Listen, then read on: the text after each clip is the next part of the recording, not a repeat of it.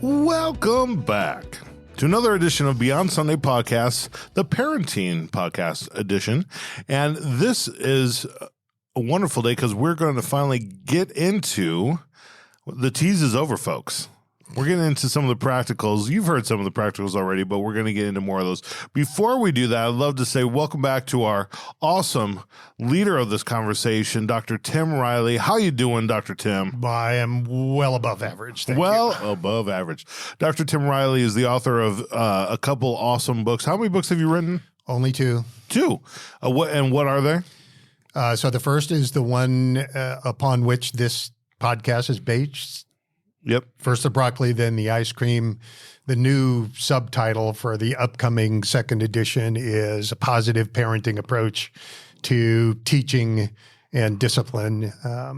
The previous version is A Parent's Guide to Deliberate Discipline, currently available on Amazon. The second, also available on Amazon, is a more adult-focused book called How to Live an Unstuck Life, Unwind Anxiety, Subdue Stress, and Quiet Your Busy Brain. Wow. Excellent.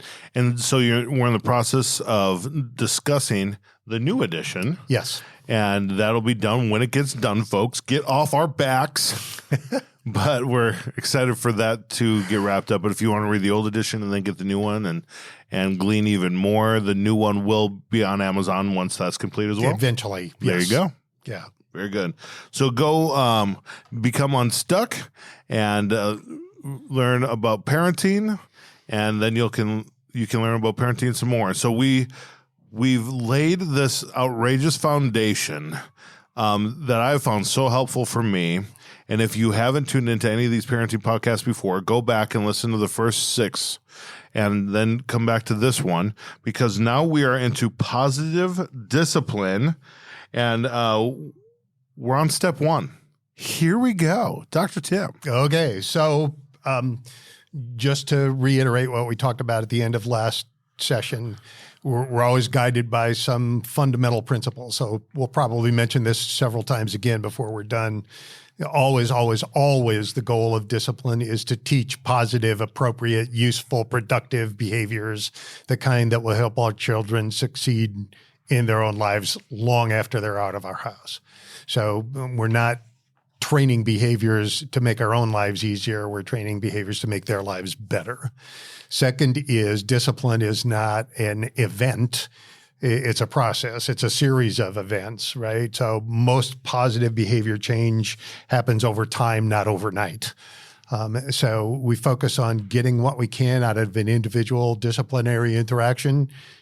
We teach today's behavior today, and then we go on to the next one, right? We don't have any expectations that there are these monumental changes in behavior from one day to the next. So change happens over time, but the difference really happens in every little moment. Yeah. It builds. And with kids, it's not a linear process. It's not like, learning math or something like that, that, you learn a behavior and then you've got that behavior. And the way I say this is sometimes just when you think a behavioral skill has soaked in and they've really got it, then their brain springs a leak and they've got nothing the next day. So learning how to not be frustrated because of the fact that your children are children is one of the important features of approaching the task of parenting. Wow. So less like trustable building blocks that you can step on over and over again, and more quicksand that you happen to not die in. Sure. That will not be included in the revision of the new book.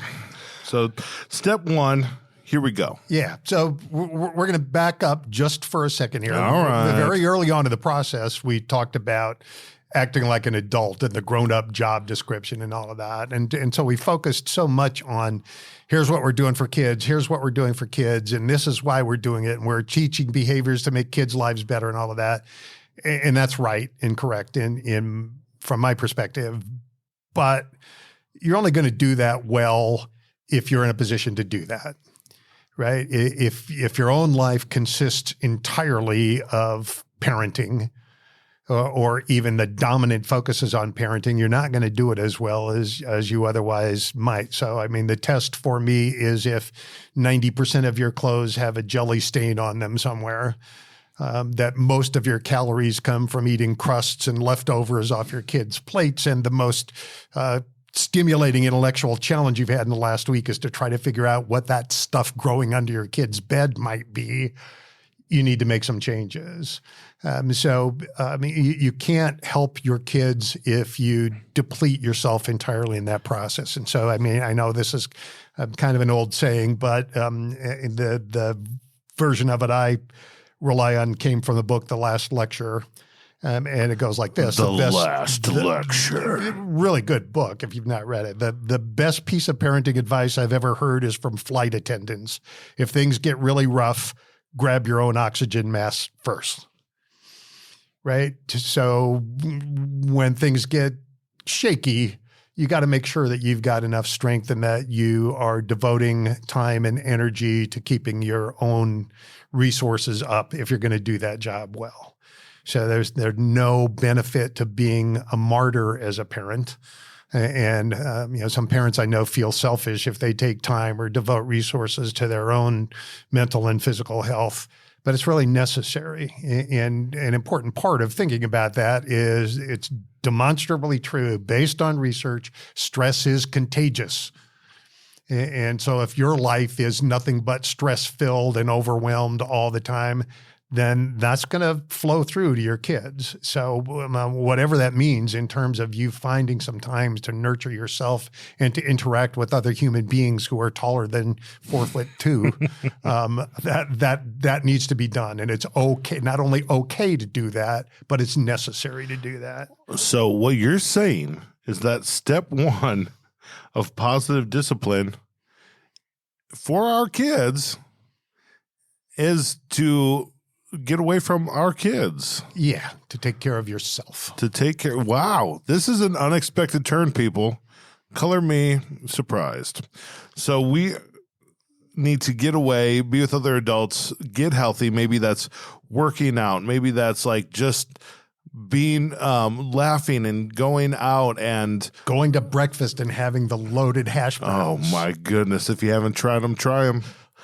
You'll feel like you're loaded yourself, ready to explode. So that is, I'm surprised to hear this, but really you can't give from something you don't have is what you're saying. Precisely. Great. Well, maybe as important is, too much attention, too much insulation, makes your kids dependent. And obviously they are dependent on you to a certain extent, but you want to move them toward independence. And so if your entire life revolves around them, then they will expect that will continue to be the case and not adjust well when other adults in their life, like coaches and teachers and stuff, don't see things that way. Mm-hmm. And at some point, they're going to be obligated to be independent, and you want them to be prepared for that. Now, this can look very different for different people. I mean, I think about like the difference between married or single parents. Like this can look very different. So for me and my wife, it's us actually going on a date, actually getting away, those type of things. Can you talk to us a bit? Like, what does this look like? Is this as important for single parents?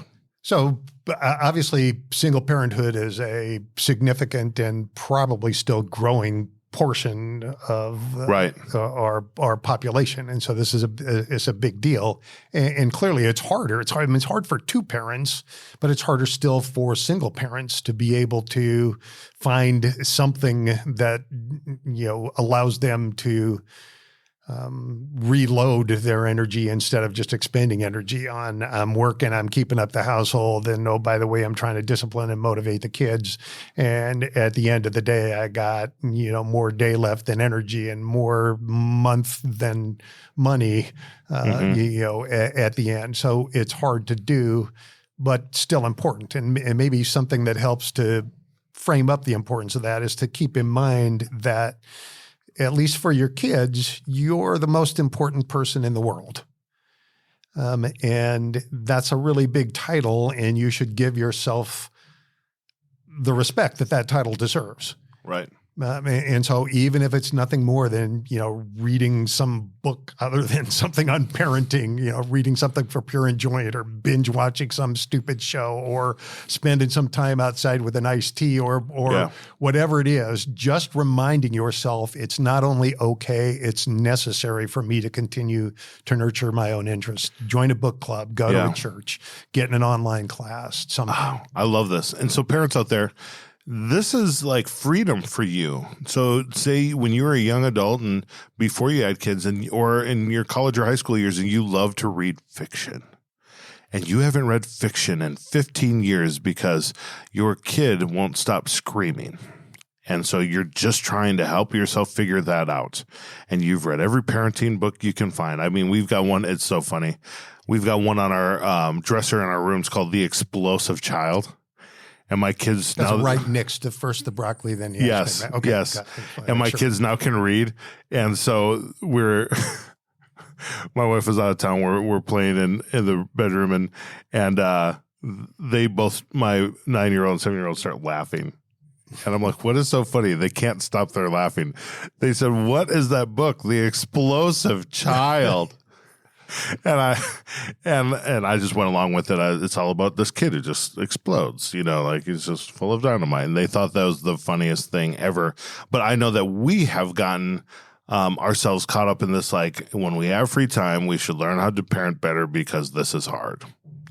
And what you're saying is, no, like don't stop doing that. Listen to this podcast, but also read that fiction book.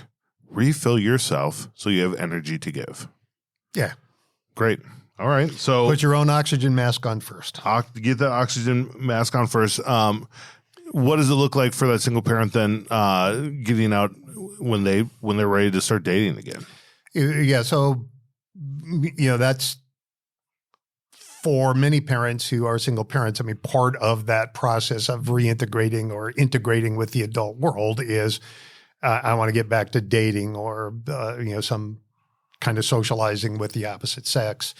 And those are important moments and need to be considered carefully, in my opinion. The impulse always is to act on, I'm interested in somebody here. They're really nice. I really like them. My kids are sure to really like them. So I'm going to introduce them to my kids right away. And that's almost always a mistake. If kids have lost a parent by separation or divorce or death, they're already vulnerable. And then, you introduce somebody new to them before they're ready for that. And results are predictable in one of a handful of different directions. I mean, one is potentially that they latch on to that person because it feels like they're filling a space that's been missing for them with the absent parent, and they get too attached too soon. And if that relationship happens to not work out, then it's devastating for the kid who now absorbs a second loss in a pretty short amount of time. Another example is that they resent that new person and potentially their remaining parent for trying to take the place of the now absent parent. And so again, you set the stage for a bad relationship going forward if that relationship happens to work out. And now you're starting off on kind of the wrong foot because they're viewing that person in a negative way. Sometimes kids do. You'll forgive the phrase here. What I refer to as peeing in the corners, which is they feel like that person is intruding on their territory, and so they're sort of marking the space. And you get kids who will act up in a big way and try to assert themselves and really push back against that new person coming in. So that process just needs to be managed, just be intentional about doing that if you find yourself in that situation. Generally speaking, waiting longer is better. And when you say waiting longer, it's not in dating or hanging out with people of the opposite sex.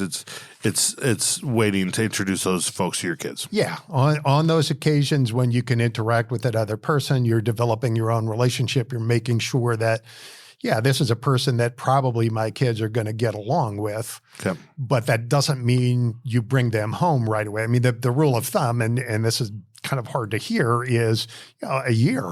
Wow. Before you bring somebody else new into contact with your kids. And when you do that not in your home, but you do that in public places. So you're interacting and preferably public places where there's something enjoyable for the kids to do. And now you're creating positive associations between this new person and your kids. And then you gradually bring them into, kind of they're going to stop over and visit. And this person, you've been, 40 places with them already. Yeah. That. Thank you for getting into that. That's feels heavy and serious, but it's important for us to learn about. So. Okay. Yeah. It's a little bit of a sidebar here, but just to kind of set us up for going forward. So. Step 1, act like a grown-up and fill yourself up so that you have something to give from. Kids are a reflection of our stress. And so if we're all stressed out, they're going to feed off that and they're going to start acting like that. So don't be surprised if they see you stressed out about everything, that they start acting in that same way, anxious, irritable, whatever it is. And then moving on, you talk about in your book about building a safe harbor. Yeah. So not only is stress contagious, but calm is contagious, right? So imagine yourself out on the ocean. I was just on the ocean on this little fishing thing a couple of weeks ago, and the waves are rolling and the storm, the mother of all storms has rolled in, and there's lightning and waves and rain and all of that kind of. The only thing you want to do in that moment is get to somewhere safe. Oh, man, it sounded like you're in Moby Dick. Yeah, it was kind of like that. Oh, my goodness. You're riding a whale. Yeah, I was looking for fish that never appeared, but that's another story. Sorry about that. So, a sailor in that condition just wants to get to a safe harbor, just a place where things are calm and settled and predictable, and they can set their anchor and just be okay for a time. And that's really, generally speaking, the kind of environment you want to create in your home, where things are safe and secure and predictable, where parents act in reliable ways, where there are schedules and routines. A kid kind of knows what to expect from one day to the next.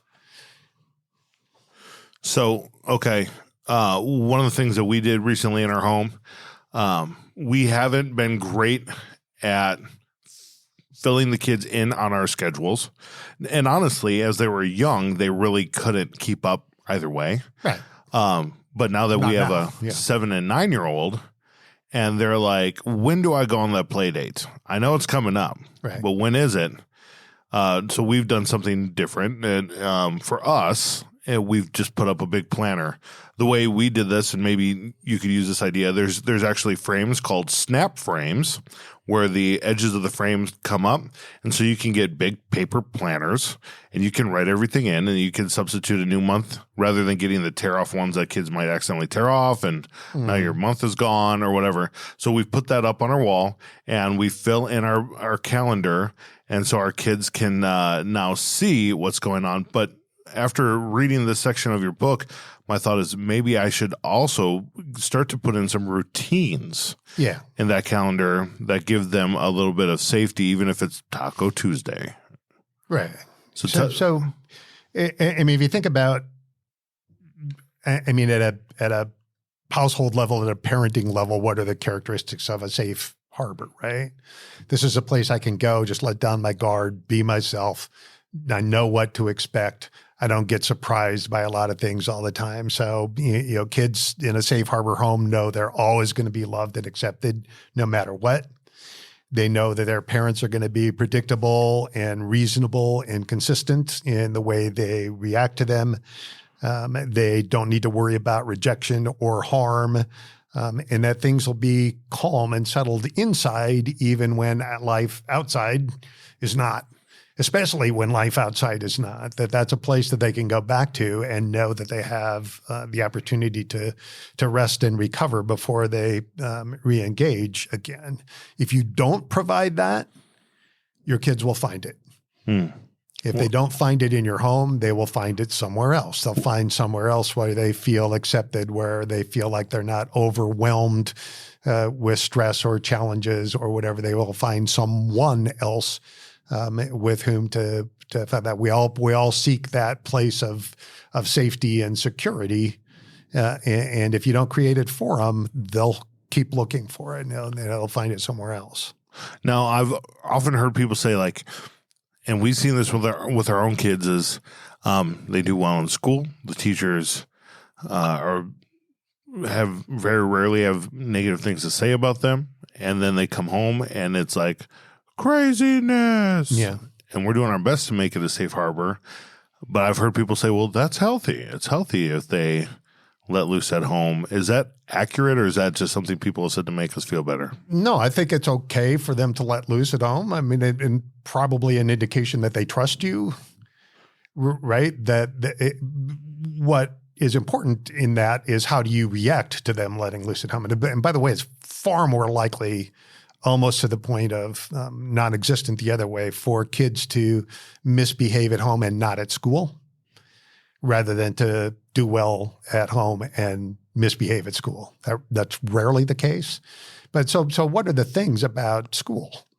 School has rules and routines, clearly stated expectations, clear consequences for what happens if you don't, some positive peer pressure, all of those kinds of things. And so kids will tend to fall in line with those, most kids. So you want to replicate some of that at home. But if they're going to act out, you want them to test things at home so you get a chance to correct and turn those behaviors in a positive direction. So, and maybe what this speaks to is that the idea of a safe harbor is that's a place where you can set down the anchor and settle in for a while, but that's not what ships are built for. Ships are built to sail. Right. So we have that established safe harbor thing, but then the idea is, okay, now take that and get back out. Go use those skills elsewhere. So in order to create the safe harbor, you talk about like settling the waters rather than stirring them up. Right. So how can we do that?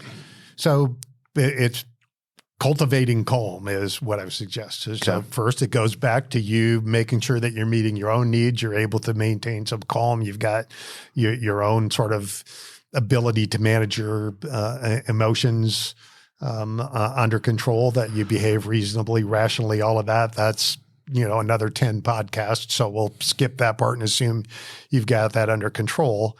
But by and large, uncertainty is unsettling, right? It is for adults. It is for kids. So what we want to do is create certainty, create routines, create structure, have a kid know that I can kind of count on how things are going to look in my house. I can count on how my parents are going to respond because it's the way they responded the last time and the time before that and the time before that.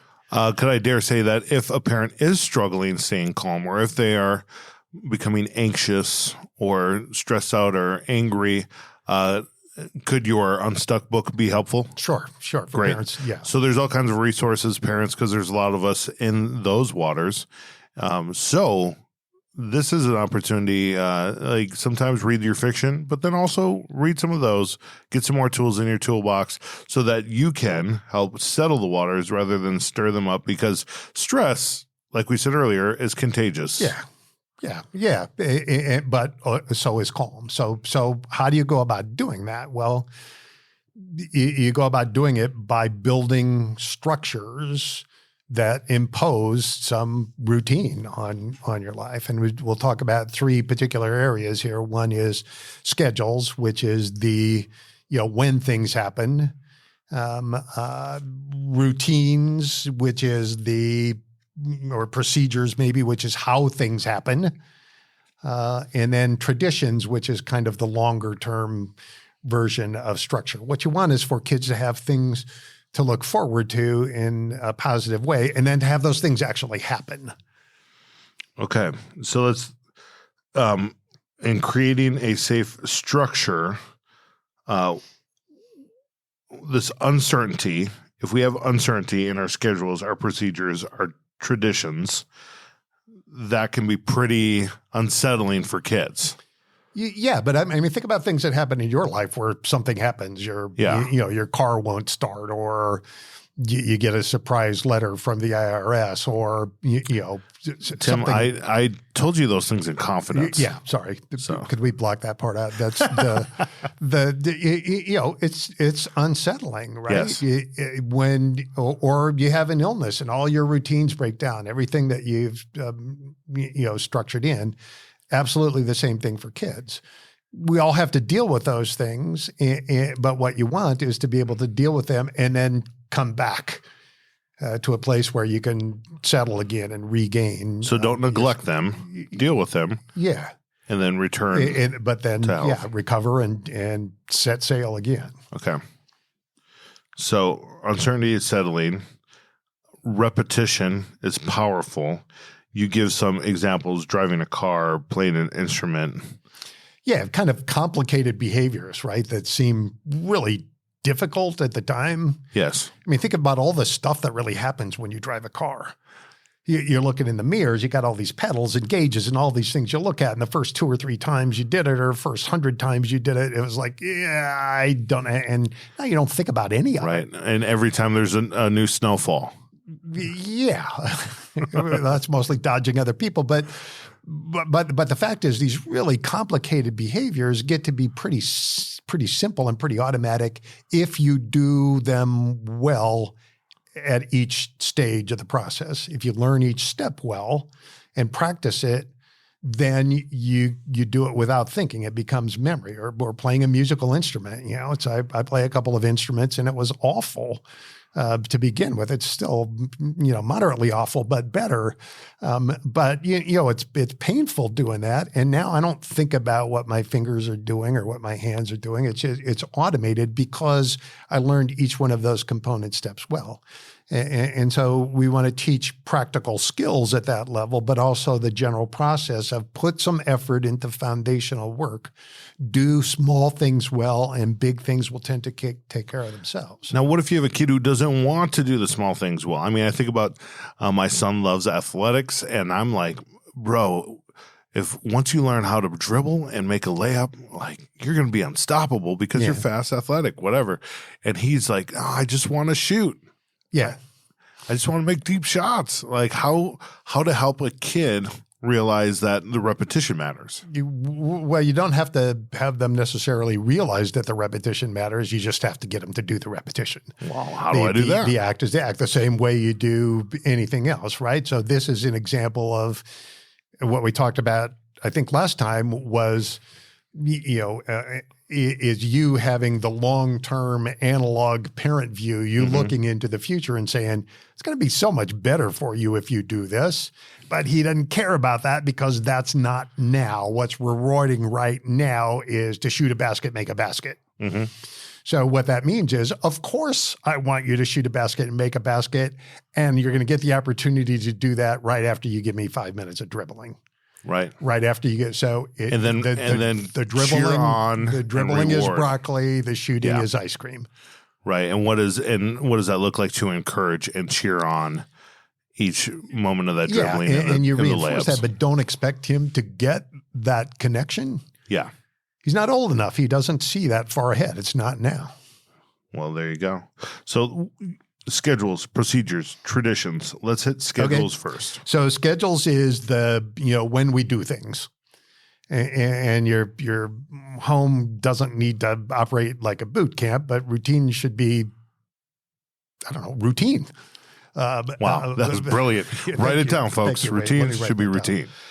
So for older kids, it's generally not that difficult. You have a calendar in the house somewhere. The kids are referring to it, whatever. Taco Tuesday. For younger kids who don't really have a good grasp on time or dates or whatever, it will tend to be more, what is the order of things? Okay, we've all got on our pajamas. Now we're going to brush our teeth. And after that, we'll read a story, say our prayers, and go to bed.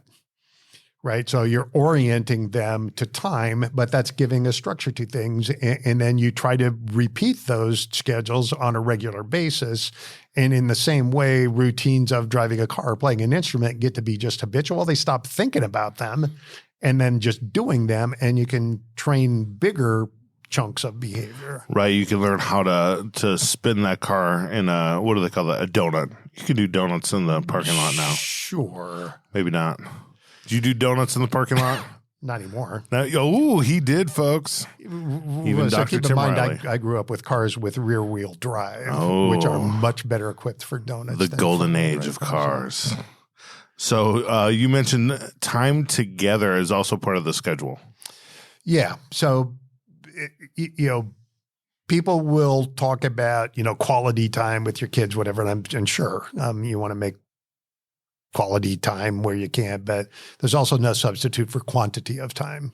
Okay. Spending time with your kids. And a lot of the households I know that are filled with younger kids, or even, somewhat older kids, you're 5, 7, 9, you start to have outside activities, all of those, they get busy. Right. A lot of your meals come, through a window in a paper bag. And you're going to things together, but you're not necessarily doing things together. And so the old saying is the most valuable gift you can give to someone is your time, because it's the one thing nobody can get more of. And for a lot of families I know, if it doesn't get scheduled, it ain't happening. So that means, Taco Tuesday or game night, or, we'd always do movie night on Sundays or whatever it is, but those things get scheduled. It's not, we might be doing this, or if everything works out, we're going to do this. Those things become priorities. You find time to do things with your children, not just schedule things for your children. And in essence, what you're saying to them is, hey, you're valuable because I'm willing to spend this resource that I have a limited amount of with you, nobody else outside of our family. Yeah. And I find this also when we schedule time together, it's kind of like when I was a teacher. If I routinely communicated with my parents in the good and the bad, if I sent out emails saying, here's what we did in class and it was great, and Max, Sam, and Sarah worked on this project and we saw . If I give more of those positives, then when the negative hits, they're like, oh, well, but the teacher's for me.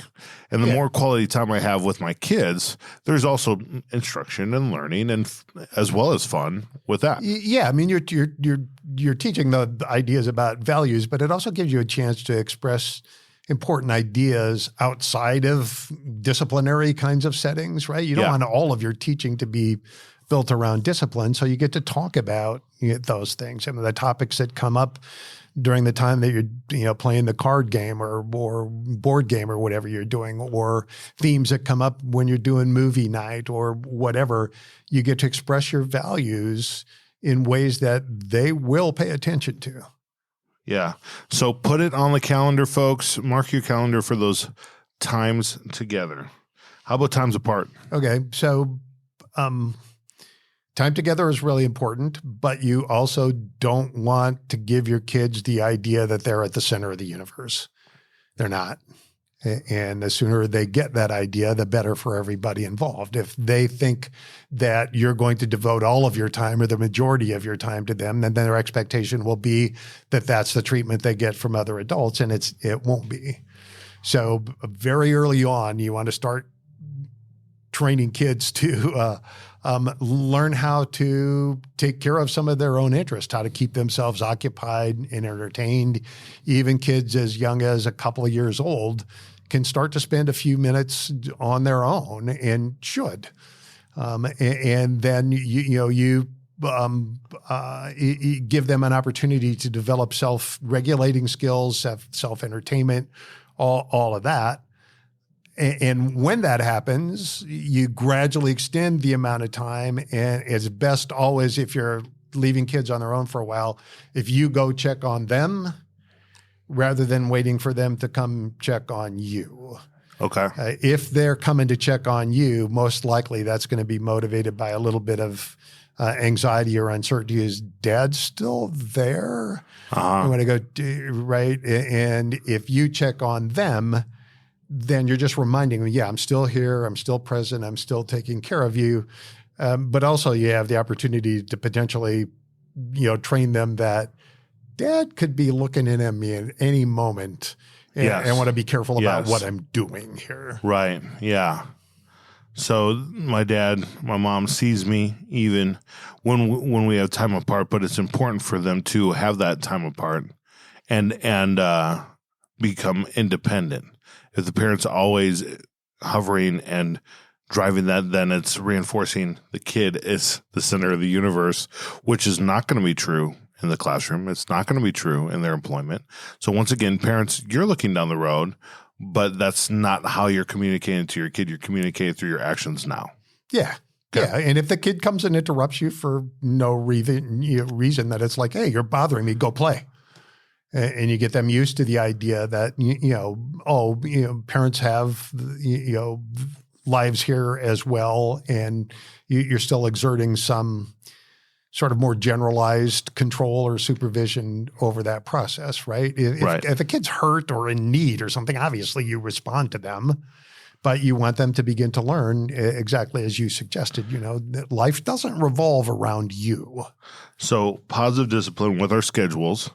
Now, and creating a safe harbor with our schedules. How about with our procedures? Okay, so sort of second or to the extent that schedules are the when things happen, procedures are how things happen, right? And the more routine you are in just like think about how much of your life is consumed with just mundane junk. Yeah, most of it. Yeah, right. So it's like I'm putting gas in the car, I'm buying groceries, I'm cooking meals, and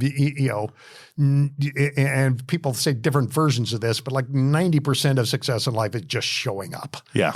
Right? Just be there, do what you're supposed to do when you're supposed to do it. And the better you are at doing that, by the way, the more actual free time you have at some point, the less surprised you are by other events. So having regular ways to do things, putting your car keys and your billfold in the same place. When we came in today, I had a jacket on. I took the keys out of my pant pocket and put them in my jacket pocket. I do that every single time I go somewhere because then I won't forget my jacket. I can't leave without my car keys, and if they're in my jacket pocket, I do it. So I have a routine to do that. When I get home, I will take my keys out of the pocket and put them on a hook. It took me about 10 years to learn how to do this, but I never waste time looking for my keys or my billfold because they go in the same place all the time. There you go. Example of this, there's a prophetic show, a comedy called New Girl. Let me explain how it was prophetic. There was an episode where they called it the Biden effect, the Joe Biden effect. And they're like, what does that mean? So this girl was trying to win the man, and they said, just do the Joe Biden effect. And she's like, what does that mean? And they said, just be there. Just be there. Like when he's going to get a drink, be there. When he's going to get food, be there. And this was before Joe Biden was president.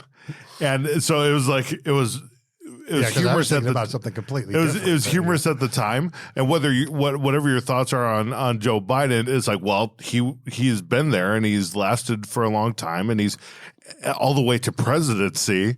And so there's like, as that is humorous, but there is still that value of like, practicing those proper techniques over time will create successful results. Yeah. And the idea is to develop habits, right? So if it's like when you come in, you put your book bag here, you get out your stuff, you put your shoes there, you do, right? You're transitioning into this new environment. I don't want to ask you tomorrow morning where your book bag might be. We already know. And you start with those sort of incremental things in the same way as you started the steps of driving a car or playing an instrument.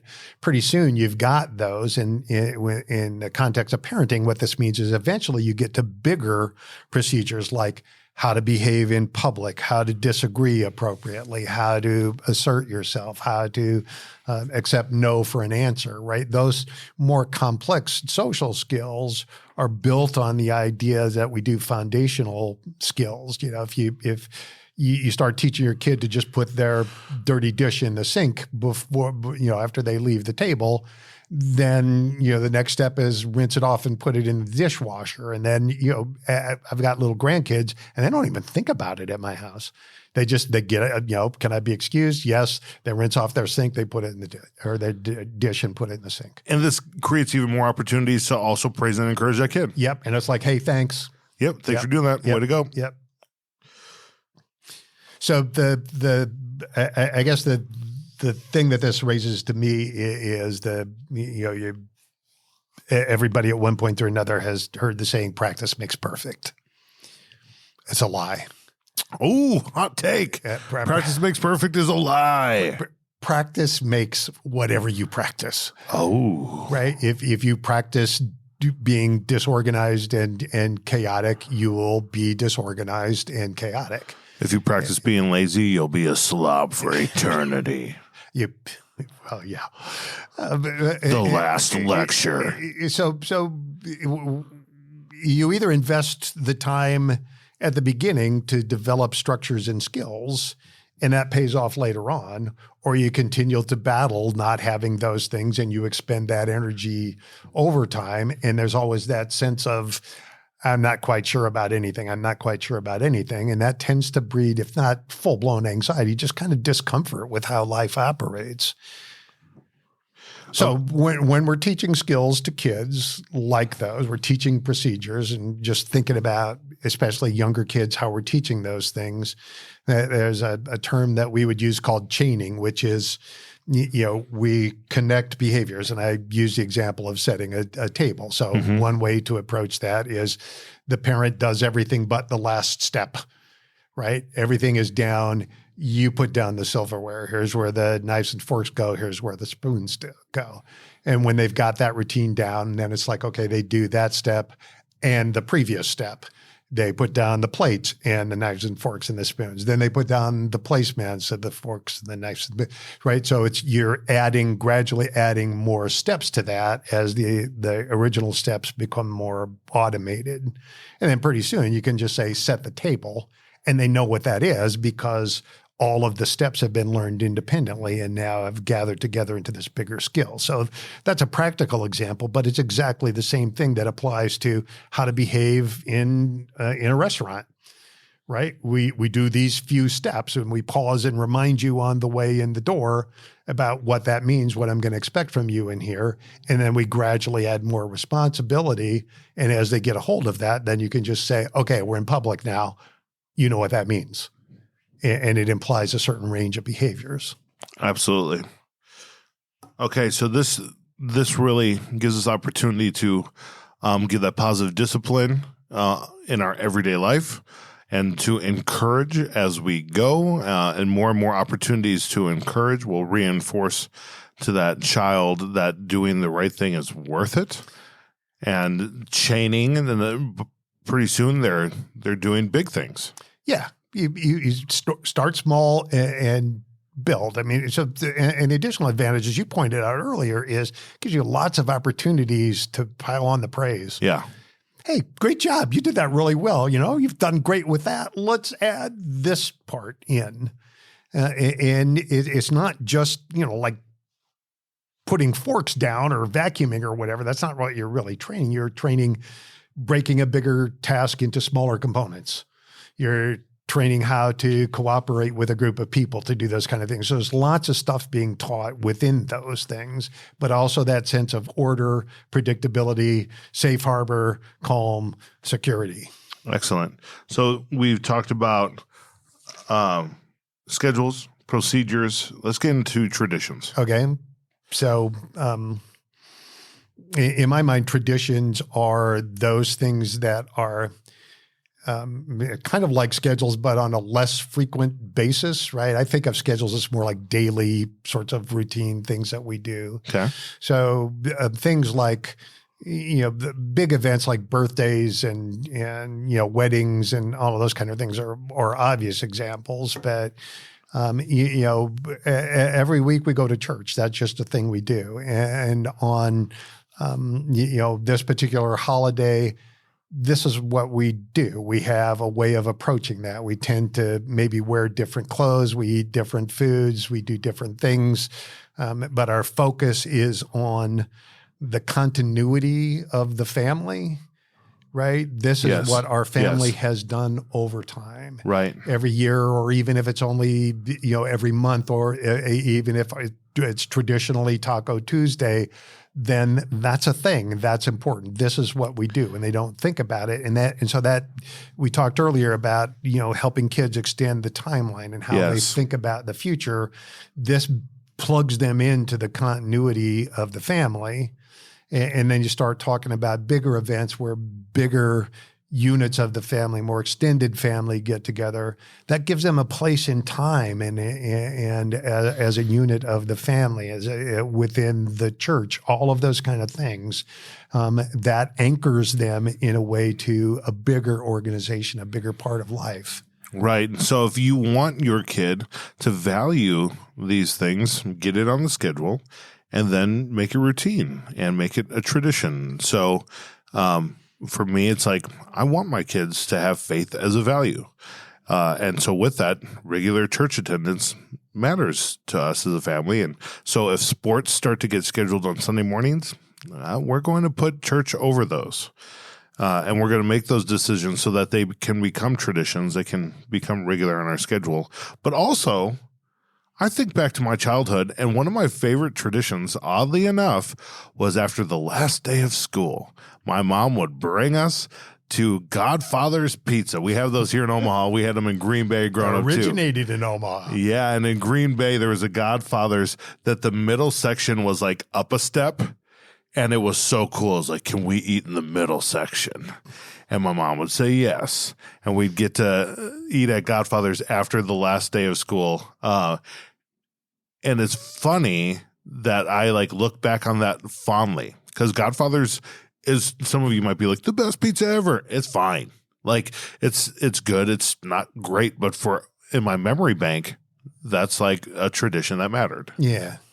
So I when I was a kid, my dad, for whatever reason, decided that we needed to have a particular kind of Christmas tree. And so we'd get a tree, and then he had this thing that hooked up to the vacuum cleaner somehow, and he mixed these things together and sprayed fake snow on the tree. They flocking the Christmas tree. Watch your language, please. And it smelled, and it was messy. Do it in the garage and then drag it up the stairs, and it'd be, stuff would fall all over, and it was really messy and kind of a pain.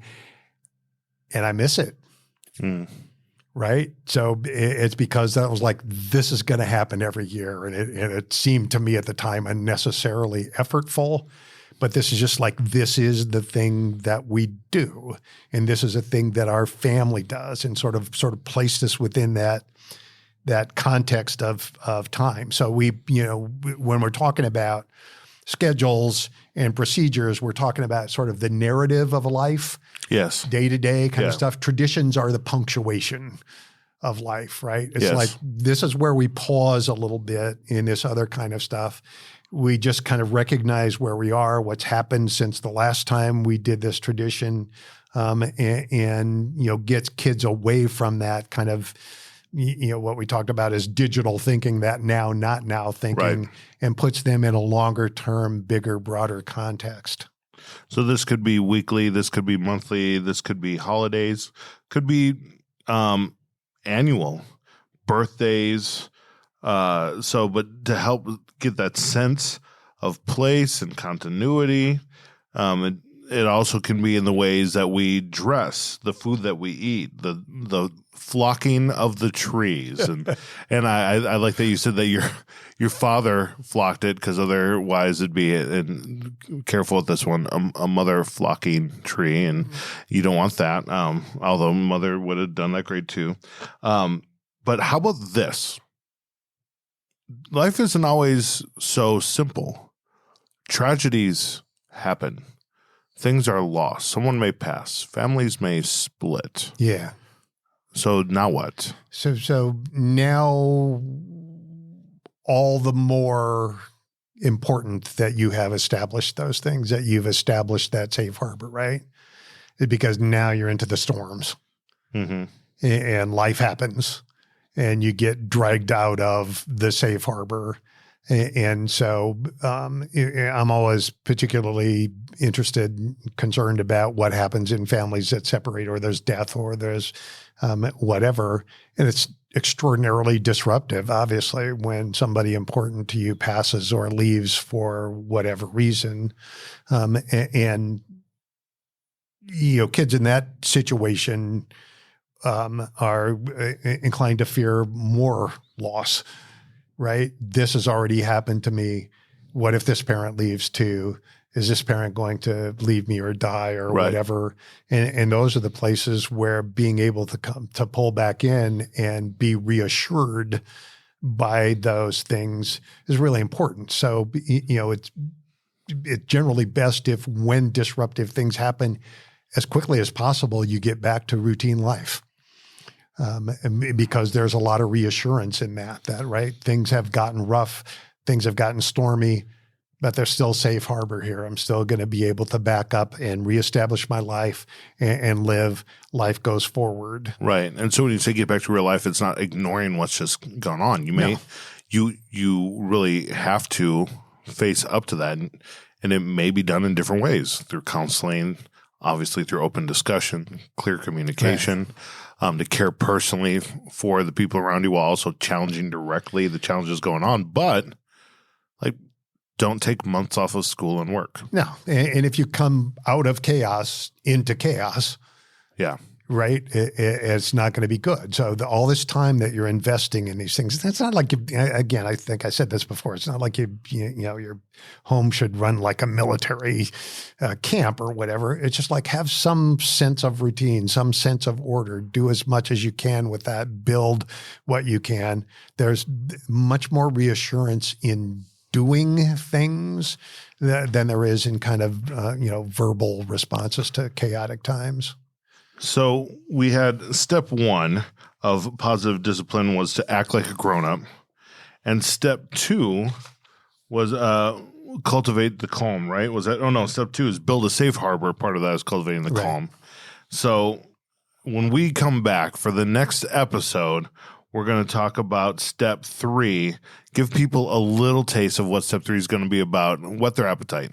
Next time we're going to talk about developing expectations. And most parents have expectations, but that doesn't always mean that they're clear or organized about their expectations. And more often still, it doesn't mean that they have communicated those expectations clearly to their kids. And when that's true, that sets up the stage for conflict. Yeah, this is something I struggle with, is having routine. I'm not a very consistent person. And so I'm excited to learn more about how to set up and properly communicate expectations so that my kids can get on the same page with me. And well, lucky for you, we're going to talk about that next time. Oh, my goodness. Well, join us next time for another parenting podcast. Until then, thank you for jumping in and learning how to parent well with us. Dr. Tim, it's a pleasure to be with you. Pleasure's mine. And listening universe, we'll see you next time.